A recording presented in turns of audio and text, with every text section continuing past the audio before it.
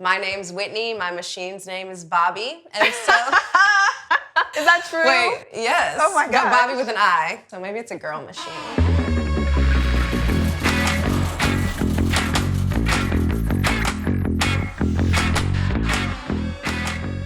We met at Nordstrom when we were doing chain stitch embroidery there. I just really loved Ashley's aesthetic. It was super bright, super pastel. Also, she had a few more years in the game, so I was able to really learn from her. She really took me under her wing to help me.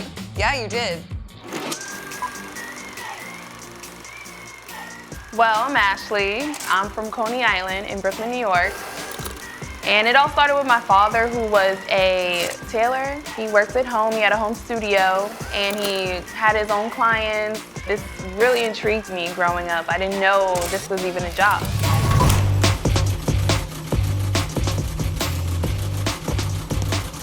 I initially was a buyer for a streetwear company for a few years, but Excel sheets and crunching numbers really bored me, and I honestly think my bosses could tell.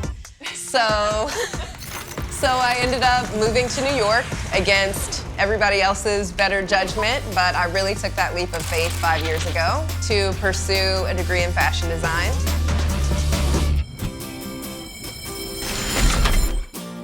While chain stitch embroidery is a little hard to learn and pick up on your own, I mean, it's a vintage craft. That was what appealed to me. It is a refurbished machine from the 1940s. So I know that it has a lot of history, and I like to be able to kind of feel that as I'm working with it.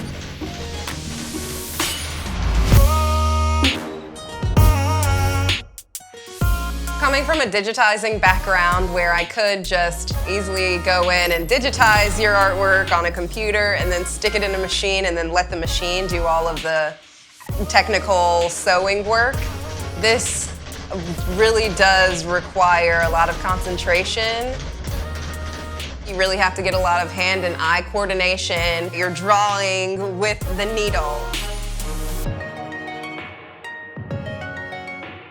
It is very similar to tattooing. The consultation process, finding the placement and the size, where you want to put it. And it really is unique to your body or your garment.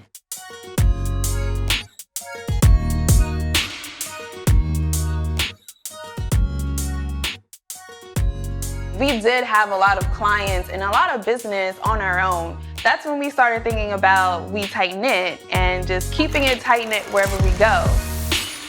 Yeah, we actually did our, which is a dab, like, because you know, when you say hi, you're like, hey.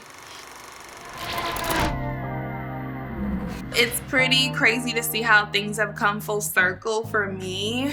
Growing up, like, around my dad and kind of like, he kind of did, I didn't say he passed away, but I guess that's where all this emotion is coming from, is that, you know, he passed away about 10 years ago. I know that I knew how to sew and knew how to make garments, but he didn't really see everything else that I did. But I do really feel like he had a hand in it, because a lot of things that I did probably wouldn't have happened. I wouldn't have had the equipment. I wouldn't have been ready to take on those jobs if I didn't inherit those things. I feel really thankful to have this opportunity and this skill set that I didn't choose. It kind of chose me. For me, really finding my path in embroidery has taken years. I knew that I always liked fashion, but I think I started going to undergrad. I wanted to be a dentist, and then I wanted to go to the Air Force, and then I don't think that I actually wanted any of this. I think that I was very afraid to pursue art in any form. But I really wanted to shake up my life and expand my life. I'm just so proud of myself for seeing everything through, and I hope that I can inspire other people who might be scared to take that leap and to go ahead and do it, see where it takes you.